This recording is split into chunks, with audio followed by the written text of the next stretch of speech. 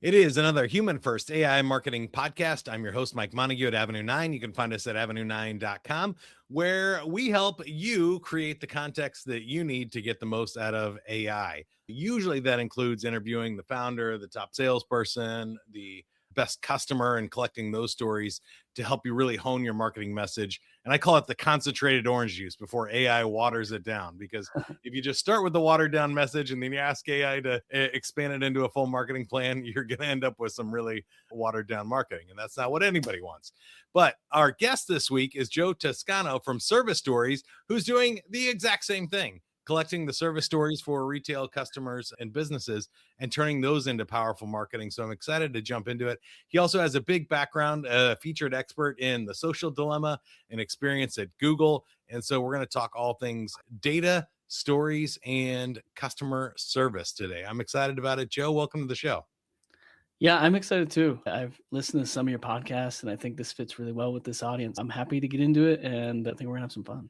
Yeah, let's start with the human first side of things. And I have a really hard question for you first, because you came from Google and data and you had concerns about the data that we're collecting on people, but also I feel like now collecting the conversations we have with our clients and our businesses and sales calls, internal meetings, feels like the most powerful asset we have as a company, because these stories can finally be processed without having to send transcripts overseas and massive database queries and all kinds of crazy things that we had to do in the past.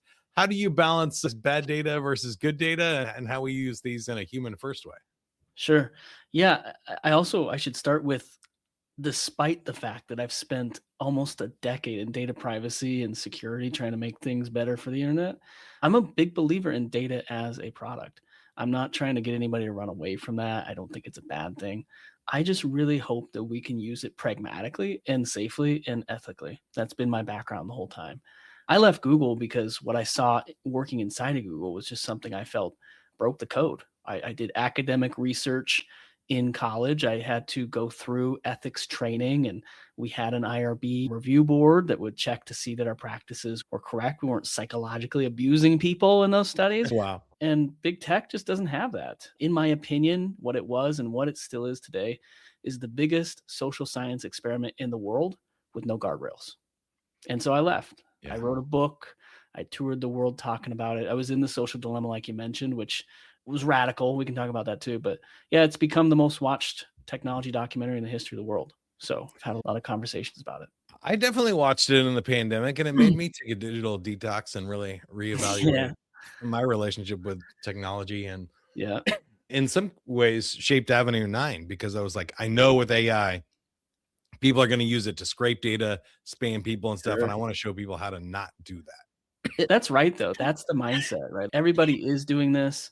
And I think that the phase we're in now with it, you nailed it. Everybody has access. It's more or less to the point where almost everybody, if they wanted to put in a couple weeks worth of efforts, could figure out how to do the scraping of data, the aggregating, the automated emails, all this stuff. And so now I think we're entering a paradigm where what we really need to focus on is authenticity. I think it's always been there, but I think it matters more than ever now. Yeah, 100%.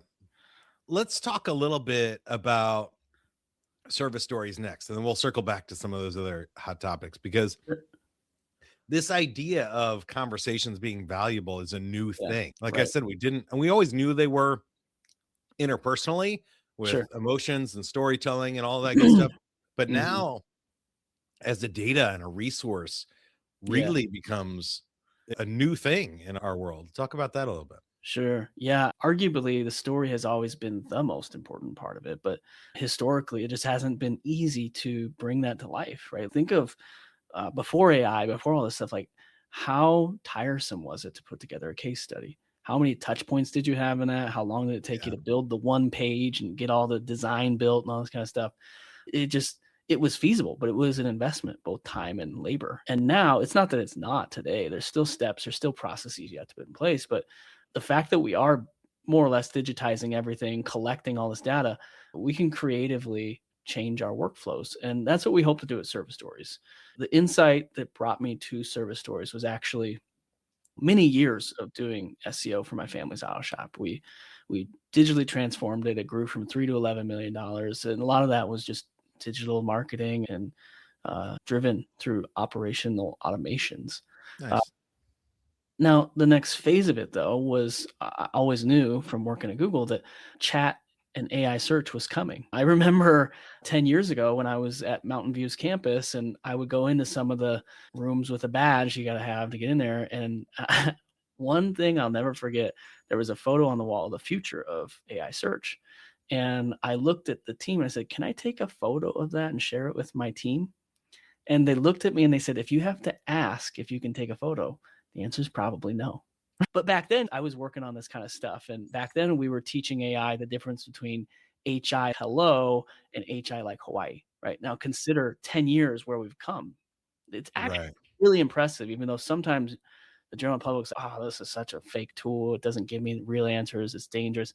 All those parts are true. But wow, the growth that's happened, the ability to actually get where we are today that fast, it's pretty impressive.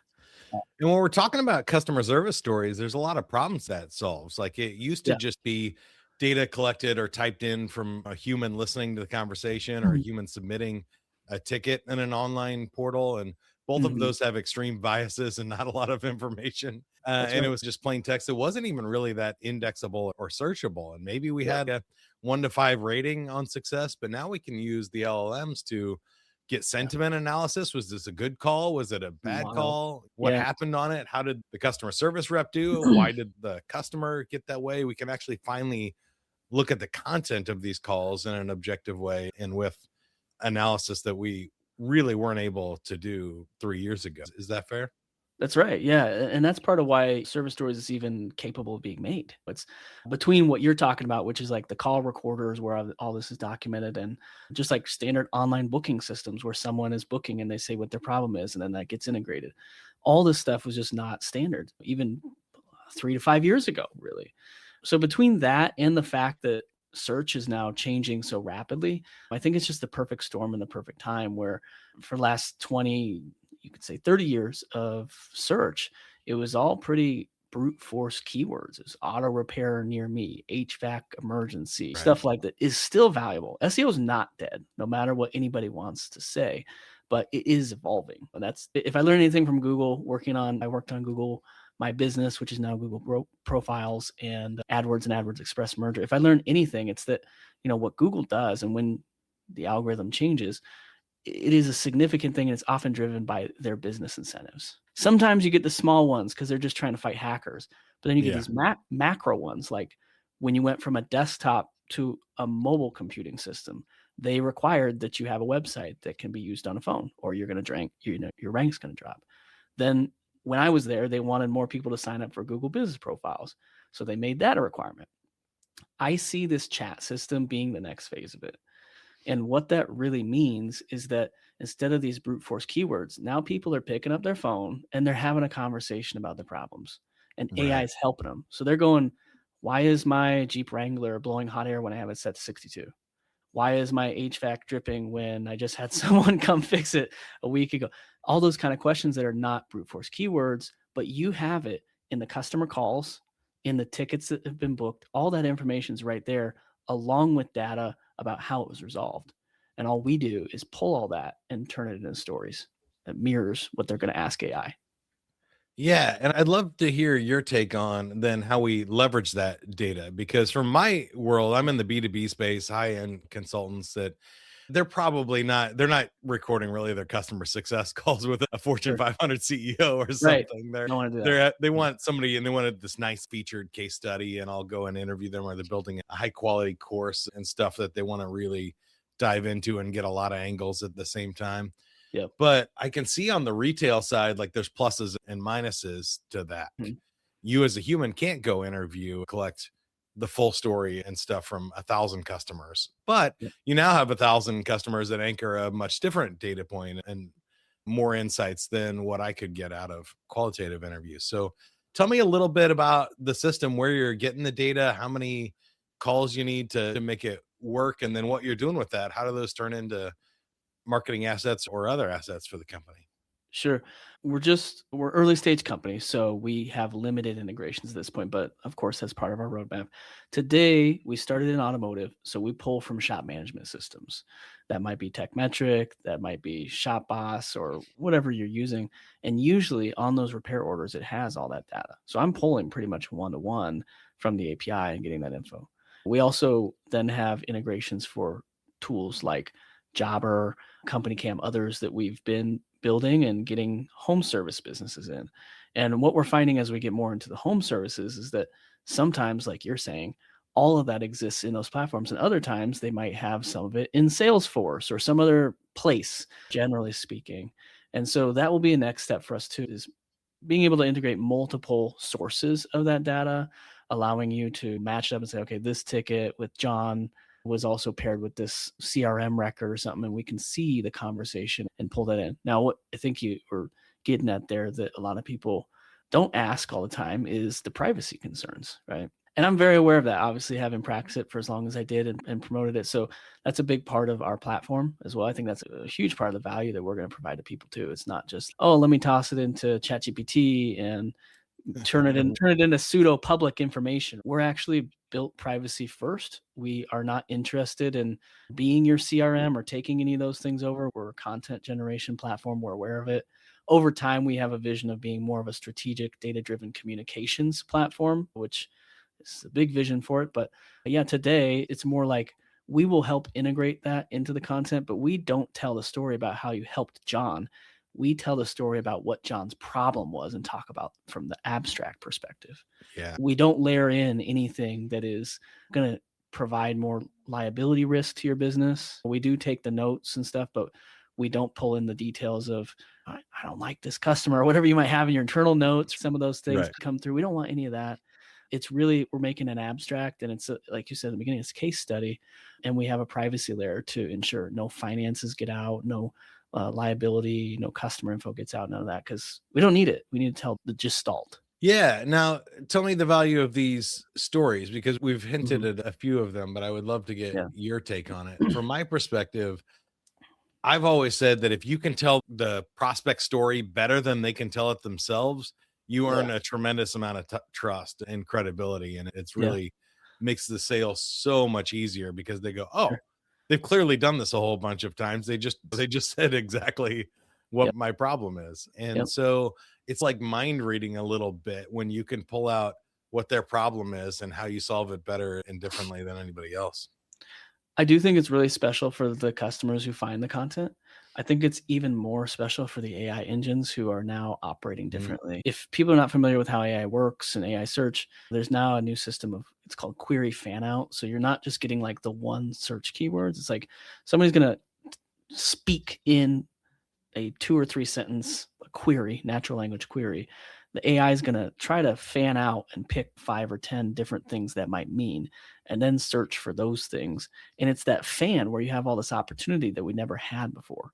And so it's really, if you can create a story that hits it from different angles, or I'm going back to automotive because I know it well, but if you've worked on 50 BMW X5s and you've done 5 of the same problem 10 different ways, you can really make a piece of content about all the different ways you needled in around it.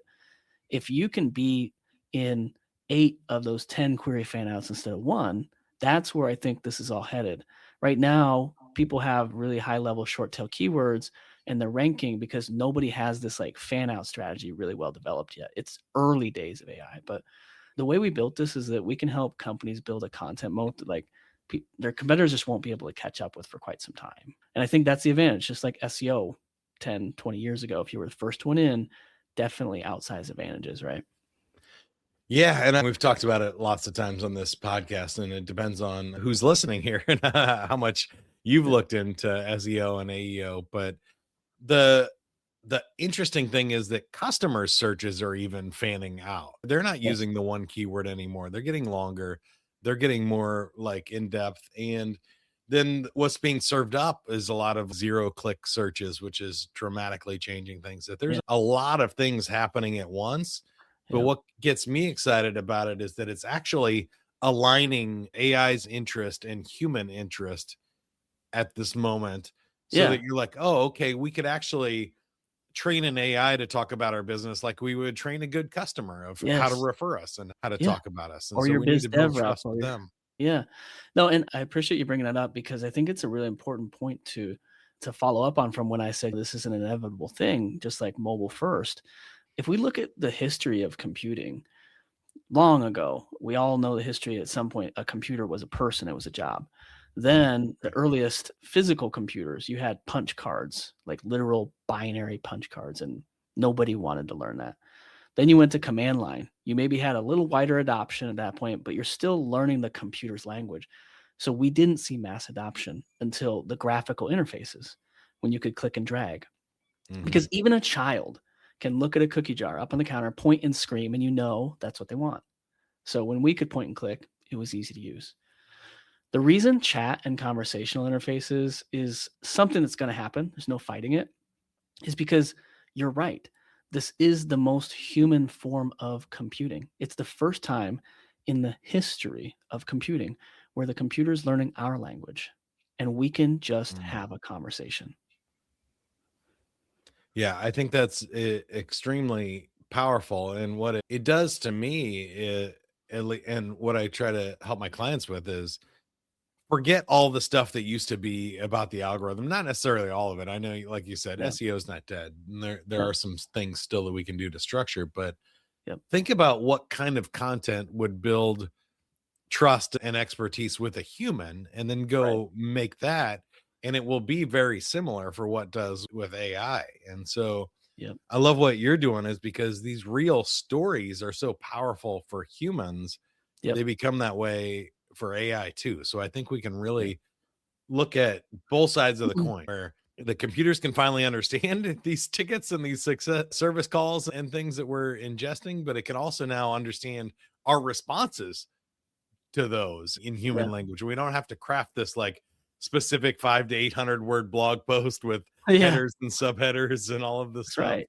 Yes. and things. We can Exactly. just talk like a human about how we solve problems better and differently than others. And Yep. I don't want to stereotype too much because I know there's a wide range, but specifically in service, that Mm. technical things really weren't what people were into. I think both Sure. you and I are from the Yeah. Yeah. Midwest, right? That's right. Like That's right. we know Yes. construction companies and 100%. HVAC guys that are still writing contracts on the back of their cigarette packets. This A was hundred that percent. was not their thing. And so That's right. more power to companies like yours and your families Yeah. that did get into to tech and get ahead of them. But I think Yep. this is a big deal. This is finally, oh, we just help our people.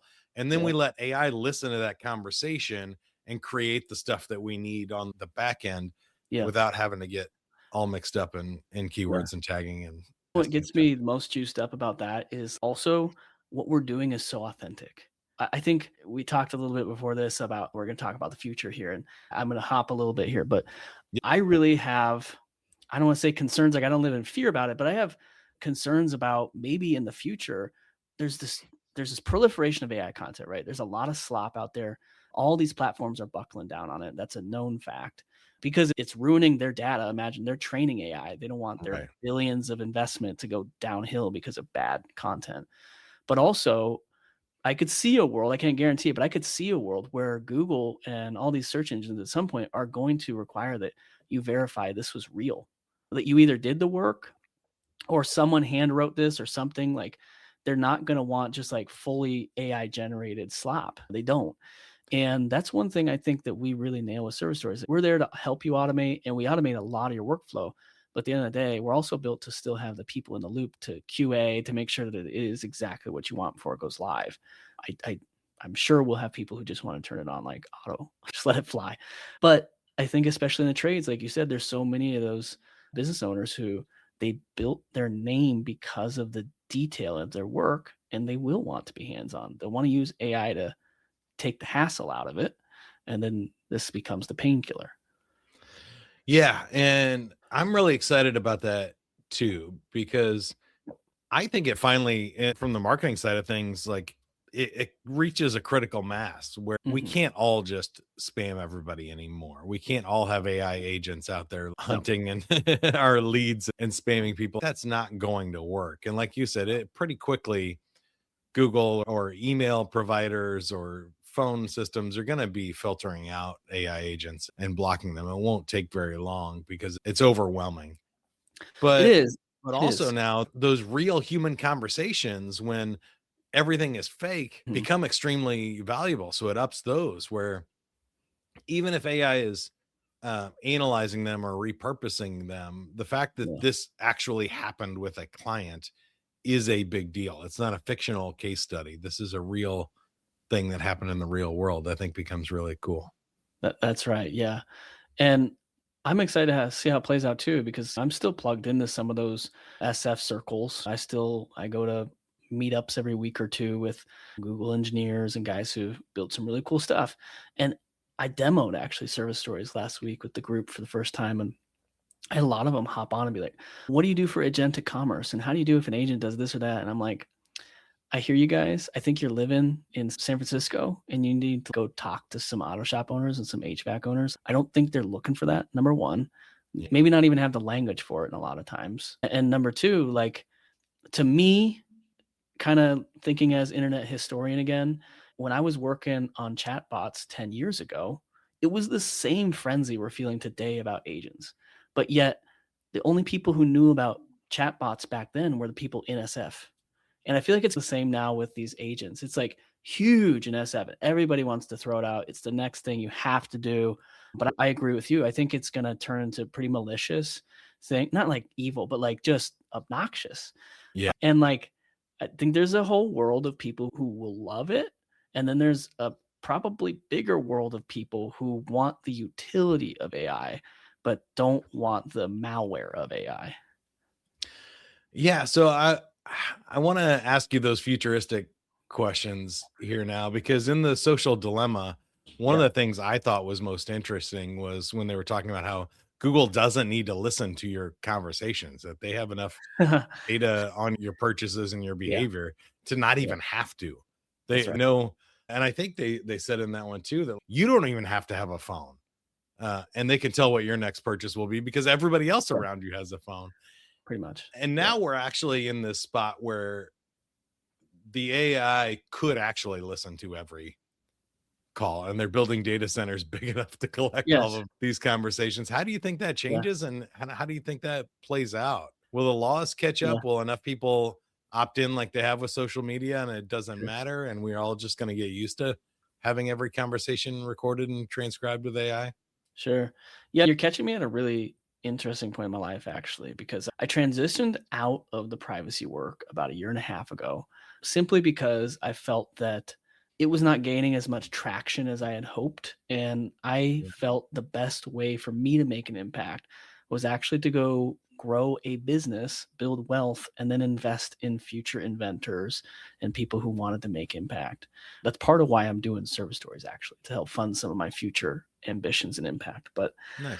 But a few things. What I learned from doing basically lobbying work, and I wasn't a lobbyist, but like in the same vein for about a decade, was I don't think law is going to fix the problem.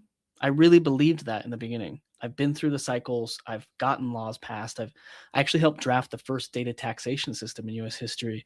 And then it got killed on arrival 2 years later. Paul Romer, the chief economist of the World Bank, pulled up next to me and said, we need this. Like I've had some really future focused legislation put together, some it passed, some not. And what I believe is that we actually don't want a world where legislation catches up or is ahead. I think that's part of what made the Yeah. United States the innovative space it is. While there is greater risk, there's also that opportunity.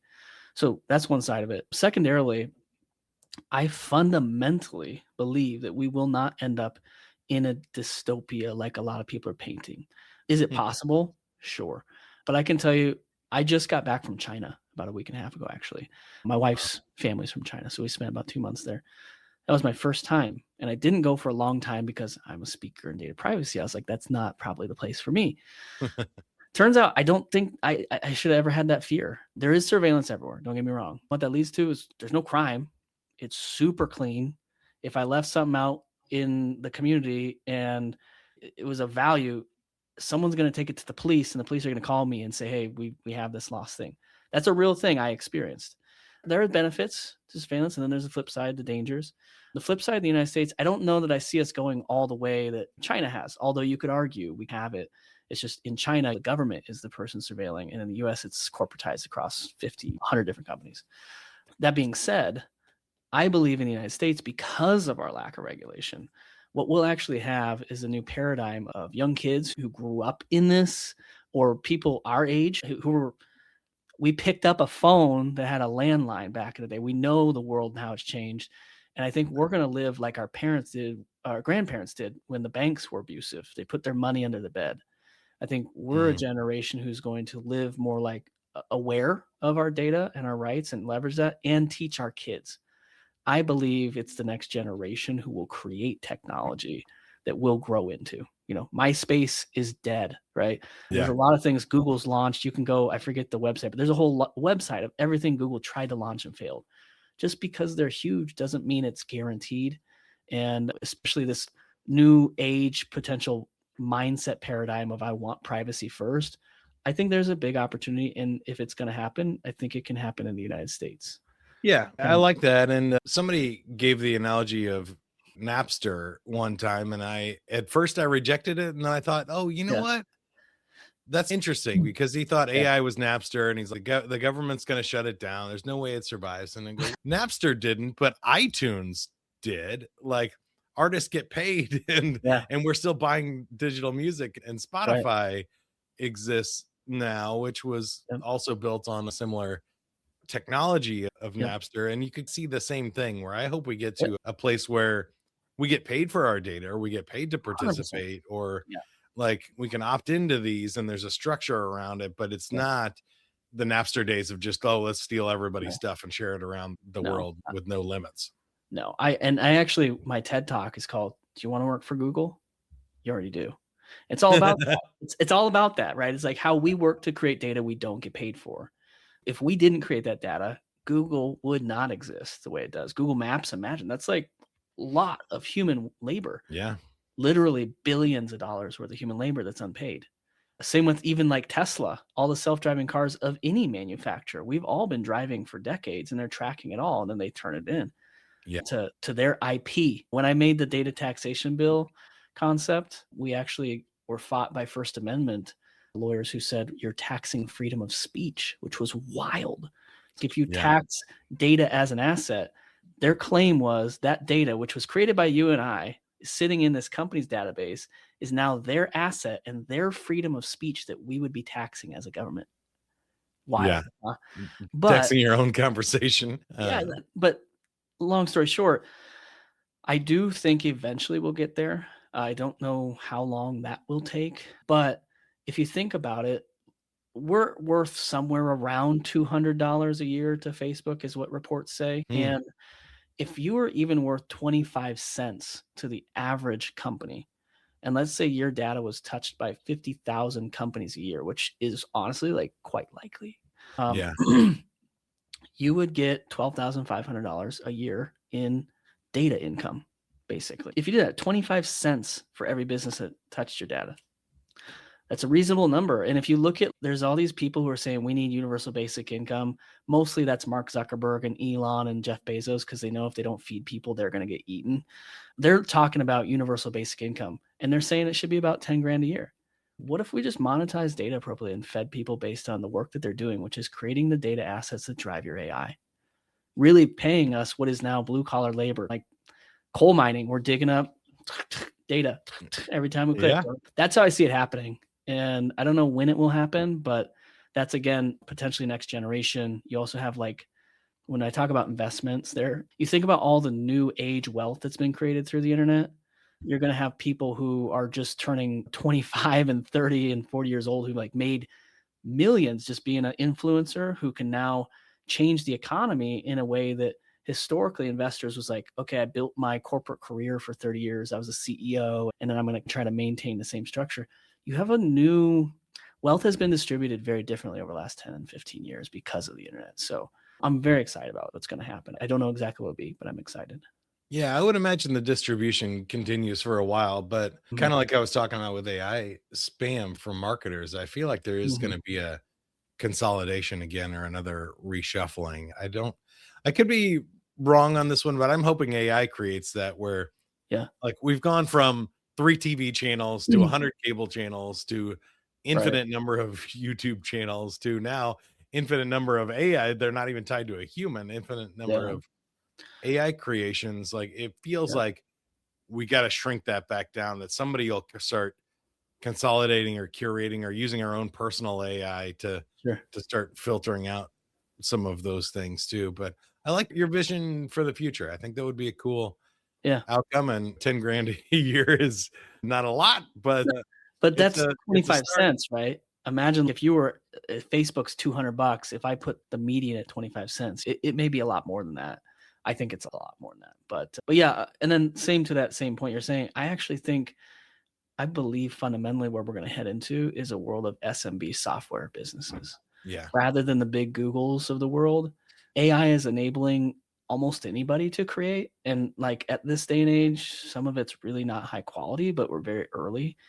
And I could see a world where instead of an SMB brick and mortar, we will have SMB software companies. It's built by a couple people, maybe 3 or 4 or 5 people, and it makes $150,000 a month and it pays everybody's bills and it's stable and it can be I think that's customized. happening now. I think it could all It get all is. the way down to individual. I think Yes. that we might not buy software. We just ask our AI to make whatever we need to make for ourselves, and we don't even sell it to anybody else. That's also very possible. Yes. That's also Yeah, possible. Yeah. super cool. Yeah. But before we get there, why don't you tell us how you can help us or we can help you with service stories? Sure. Again, they are at servicestories.com. And we've Yep. been talking with Joe Toscano, the CEO and founder. Yeah. So for anybody who's been listening, if you're interested in what we're doing, what we do at Service Stories is we work with service-based businesses to turn their daily work into content that gets ranked on Google and mentioned in AI. I've been at it now for close to a year and we are early, but we would love to work with you if you're interested. And we've seen some really good successes so far. So reach out, Joe at servicestories.com or just straight servicestories.com, book a demo, and I hope to see you soon. You bet. If you got a service-based business, go check that out right now. And if you like this podcast, make sure you hit subscribe. You can join. I think we're about ready to cross 50,000 subscribers on YouTube if you Nice. want to watch the official version of that. And then if you have a B2B business and you want to build a course, be known for something, like I said, figure out your story with your founder, your top salesperson, or best client. That's what we do at Avenue 9, helping people build a human first. And that means customer first and employee first version of AI and marketing. If that sounds interesting to you, go to avenue9.com. Until next time, keep going, everybody.